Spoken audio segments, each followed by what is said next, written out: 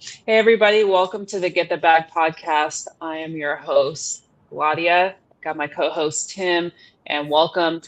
Super excited for today's episode. We have an amazing guest that's going to really break down, sort of development going on in New Jersey, Northeast. There's a lot, especially in this specific market. But before we get all into that, don't forget to like, subscribe, follow us on, we have our social media handles down below.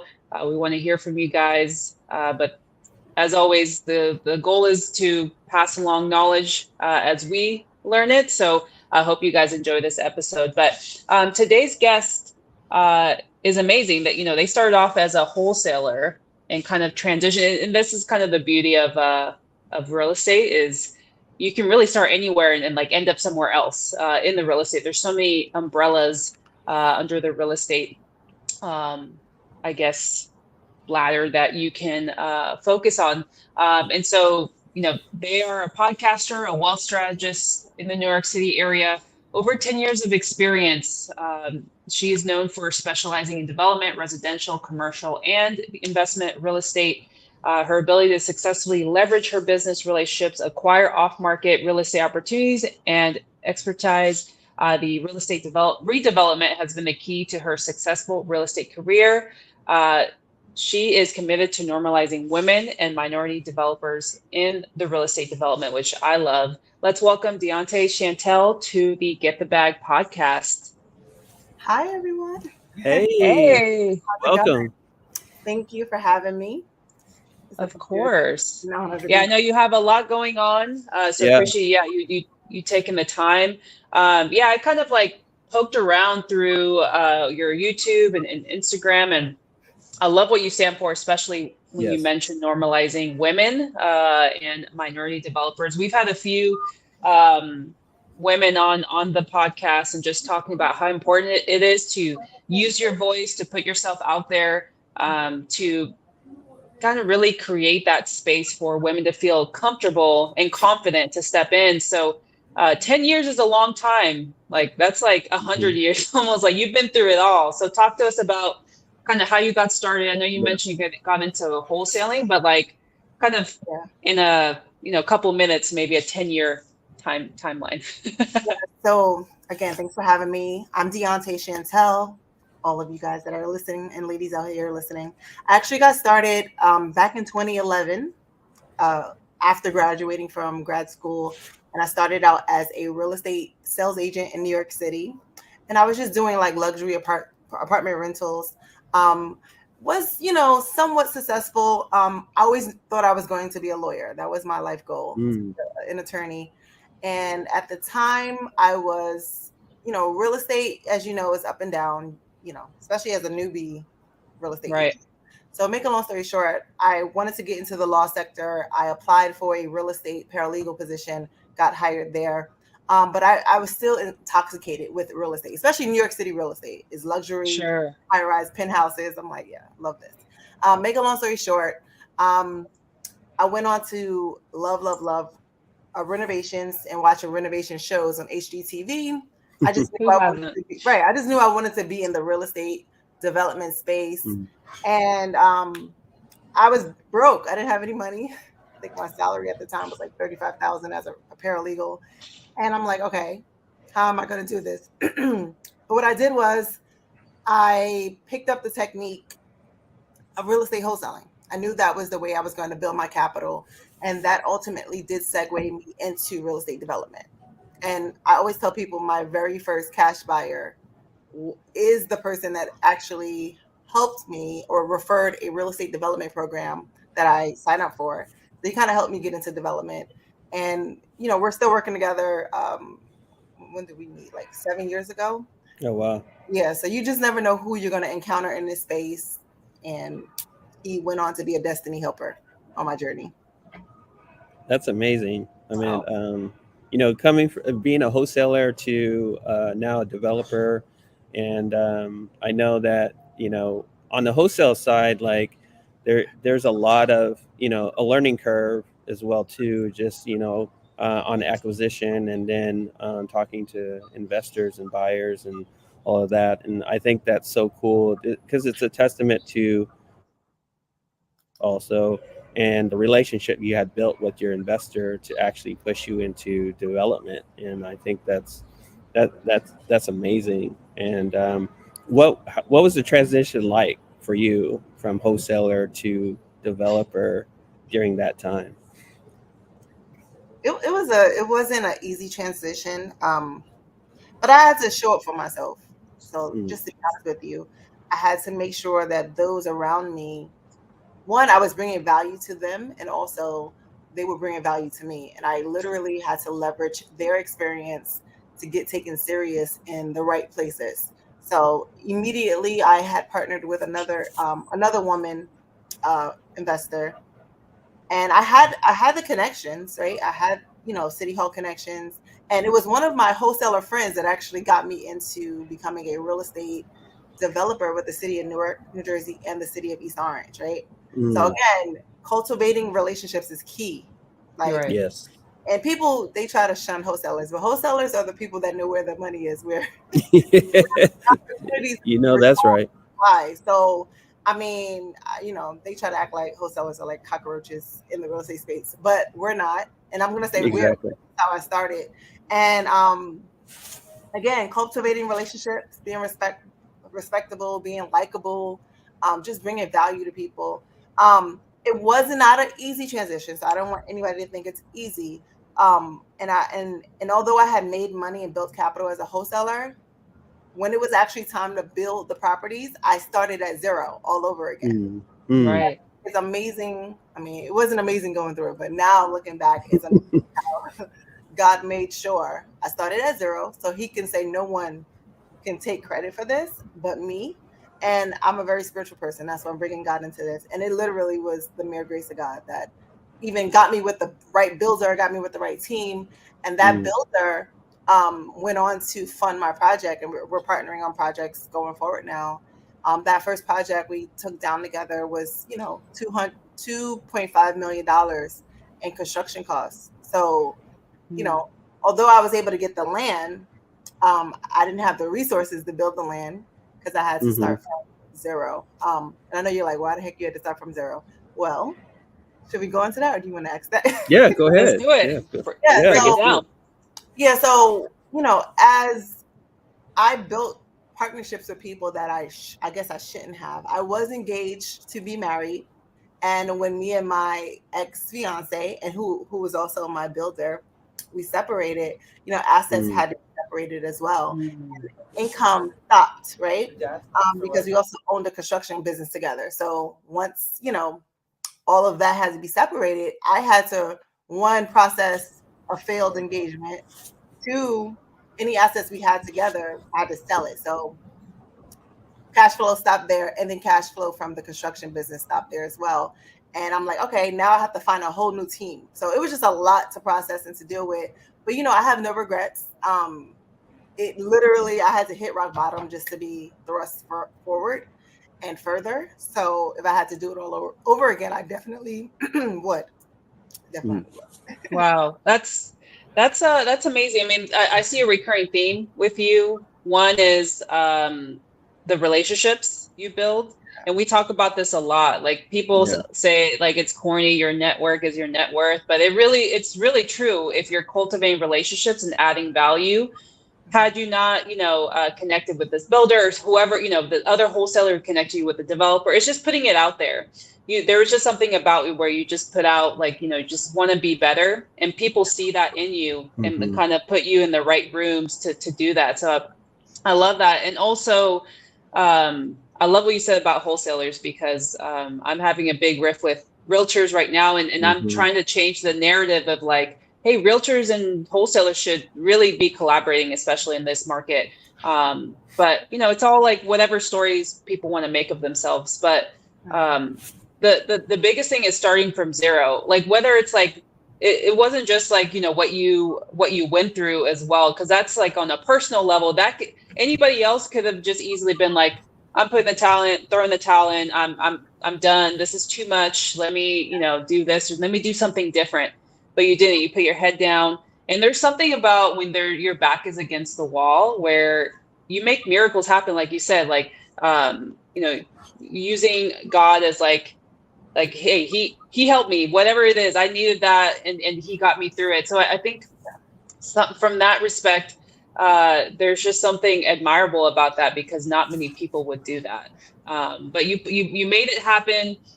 Talk to us like about what that once you did your first project, how did that kind of open your eyes, open the doors of like possibilities, and were you still wholesaling throughout that process? No. So I'm sorry, repeat the question. All I heard was, were you still wholesaling? Oh yeah, no worries. So talk to us about once you finished that first development project, right? Okay. Like how Yeah. did that open doors, and were you still wholesaling to find So we opportunities? just finished all of the projects. Actually, the very last project sold like last week. So in 2023, we sold all five. Well, we built all five houses, and then we had a few that fall in and out of contract, and that was the last one that just sold last week. However, no. So right now, I'm not currently wholesaling. I mean, put it like this: any opportunity is an opportunity to wholesale. Right. Take that back. Right.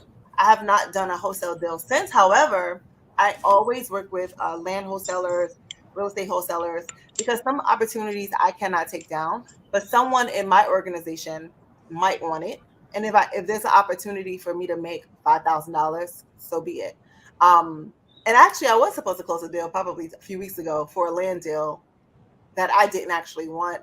So I was going to give it to that first cash buyer, but he didn't take it down either, or he didn't purchase it either. But make a long story short, any opportunity is an opportunity to wholesale and make money.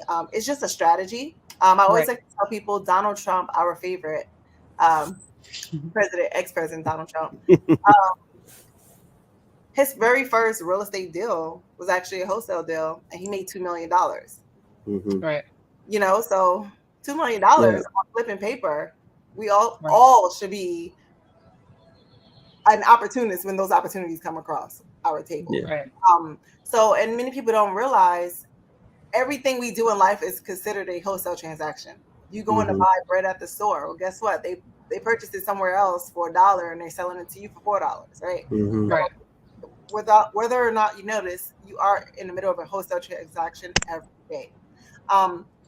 And when it comes to real estate, it's sometimes easier just to flip the paper versus flipping the property. So in my community, because I do have the 0 to developer community, real estate development community, I tell people, hey, you should be prepared to wholesale your development deals as well, especially if you run out of capital, being a newbie, or you just feel like it's overwhelming. You can actually wholesale the whole deal and still make, in some cases, 6 figures just by wholesaling that project.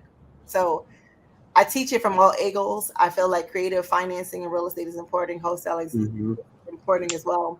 And just learning how to maximize opportunities as well. Yep, absolutely. And as we got into wholesaling first, and we still continue to do that in our organization, but as we get into other avenues, like in commercial and commercial development as well too, so it's totally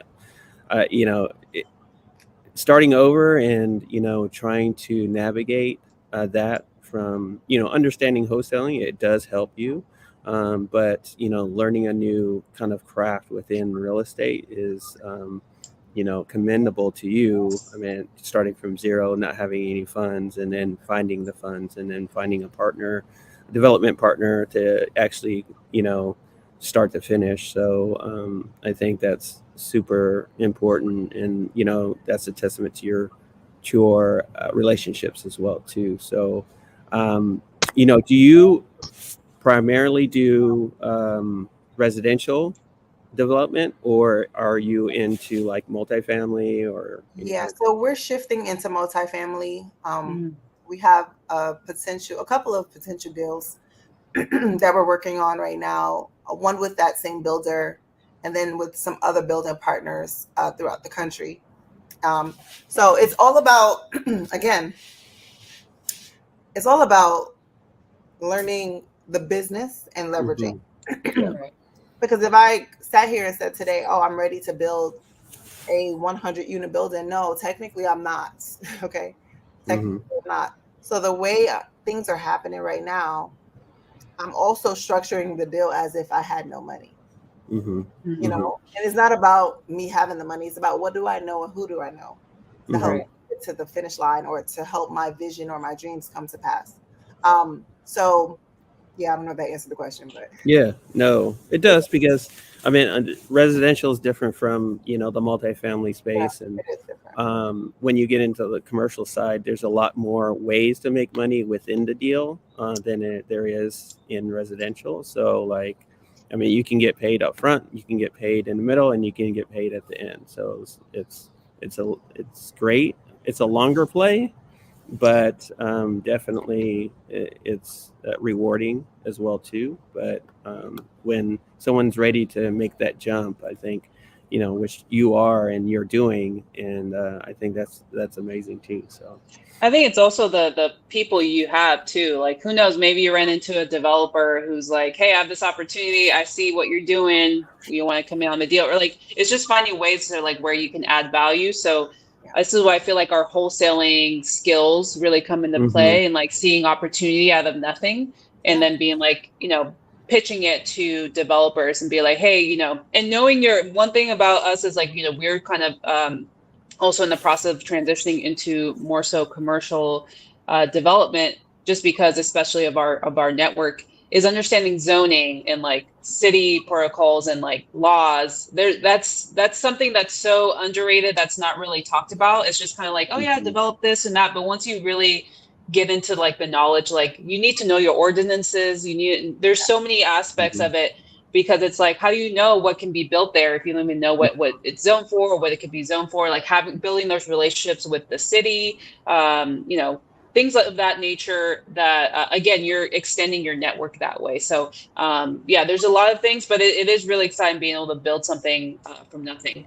um, I did want to transition into, me being a woman, and I love kind of your mission and goal to normalize. I really like that, like normalizing women of color, to get into development. Like, what kind of strides have you made for that, and what's kind of like your plan going into this year?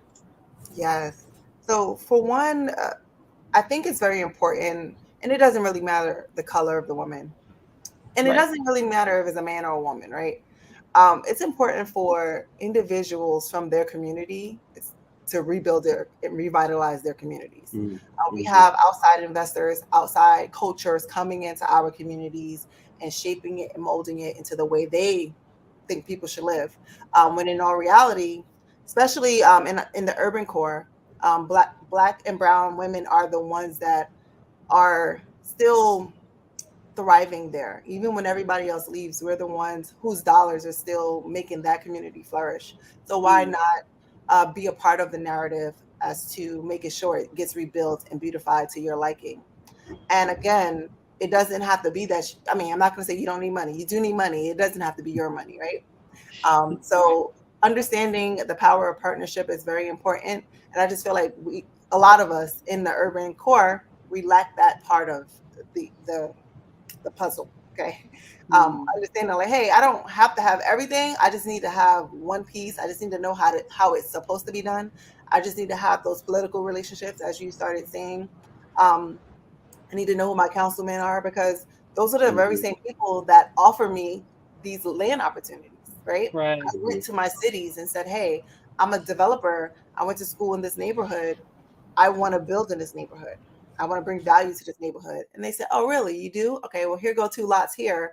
Mm. When others could have said, no, I don't want that. This is on the worst block in East Orange, New Jersey. Literally, I just built 2 houses on the worst block in East Orange, right? Um, and I didn't second guess it. I knew what the numbers were. I kind of knew where this area was going. But for me, making strides for women in this space, so far we created the podcast Journey to Develop Her to showcase other women and men in real estate development specifically, especially Black people. So I just feel mm like not to put color into it, but we need to see ourselves doing it. Right. Right. We need to see Right. it out. Dionte did it with no money. You know what? I could do it too. And then hmm that helps cultivate more developers and more women and men in this space that come from places like I've come from. And also, Journey to Develop Her, the podcast, is also a nonprofit. So it is also an educational platform. We do educate for free, of course, through the podcast. We have done free cohorts in the past. And we do plan on in the future doing like free one-off cohorts, but we do charge a very minimal fee to get coached, and it's a lifetime opportunity. So I don't want to say it's free right now, but we do have a fee to come in because it costs to have Right. running, and right Yeah, now we don't have. absolutely. So if anyone's listening out here that wants to donate into our initiative, then we can make it free, of course, and it is a 501c3. But I do plan on doing some free, free 5-day challenges, and I give out a lot of information for free. But what we cannot, even if I gave the whole cohort for free, excuse me, is really, do you want this bad enough? Yeah. That's what it really comes down to. I see people give free information all the time. I have a free meeting today with Chase Bank, JP Morgan Chase today, free, teaching you how to partner with big developers. But who's actually going to sit on that webinar and actually execute is the question, right? Right. And I feel like books are only $15. A lot of the Mhm. stuff that are in the books on real estate development, people don't even read. They just like, I don't know if it's like a lazy mentality. I don't know. But make a long story short, even if you pay me $500, are you going to execute? And believe it or not, there's people that do come into my community. They paid the $500, they paid $1,000, whatever it is at the time, and they don't execute. They don't even show up for the meetings. I'm like, dang. So it really doesn't matter what it costs. And I've been in another situation too. I paid $3,000 for a course, and I never even finished the course. So it's like, how bad do you want it? Because if you want it bad enough, it doesn't even matter what it costs to join the community. And you don't, if you want it bad enough, you also don't need me to teach you anything, because you're going to go out there and just get it. So, Right. Yeah. So everybody take the initiative and just go after what you want and become friends with the people that you want to be like, or the life that have the lifestyles that you admire. Not in a weird way, but in a strategic way, but a genuine way as well, and literally bring value to people. That's what I will say. Mic drop. 100%. Yeah, there you go. There you go. I love it. I mean, it's really as simple as that. I think everyone learns different ways, but if you can take the knowledge and actually like put it into practice, that's the best way. I think when we joined, we also came with a course. I haven't finished it because I just went out and took action, and then like go and ask questions when needed, and then I can always refer back to it. So it's like, you don't necessarily have to finish it, just learn as you go, kind of thing, and the rest kind of follows. So I love that advice. And yeah, if you guys want to check her out, I know one of your sites is journeytodevelopher.com. So you guys want to learn a little bit about her nonprofit, her podcast, educational platform, you guys can access that. And I believe your YouTube is also Journey to Develop Her. Really great videos there. Dionte, this has been so fun. Yes. What do you want to leave the audience with? Like, imagine yourself maybe 10 years ago. What advice would you give your 10? Yeah. 10 years ago. That's 2013, right? No. I don't Ancient times. It feels like we're in right now. But 2014, Dionte, and what I would tell people is, know who you are. I think a lot of people don't know who they are. They don't know what their purpose is, and they're just looking for ways to just make money, right? We need money to survive and to provide for our family, but they don't even know what the true purpose of the money is for, right? So don't be so money hungry. Really find out what your God-given birthright is. Like, what are you here for? And believe it or not, I'm not just here for real estate. I have God has a bigger plan for me. So figure out what that divine plan is from God, and get in your Bible. Okay, let's put that out there just in case people don't know what God I'm talking about. Get in your Bible, study it, know it. And I can say 10 years ago, I was desiring to know God. And now that I know him and I know what he has planned for my life, it makes things easier. Not easy, but easier. So I will recommend that. And don't wait to get into real estate. I'm sure you all heard that so many times. Get started now. I did want to talk about like well, we didn't get to talk about it, but even if you are in a New York City market where it's very expensive, look at the outskirts. Look and see, all right, what's the next big area that might boom, right? So do your research, do feasibility studies, and so if you're in New York, look upstate New York, where you can get houses for $2,000 versus in the city for 2 million, Right. or whatever it costs.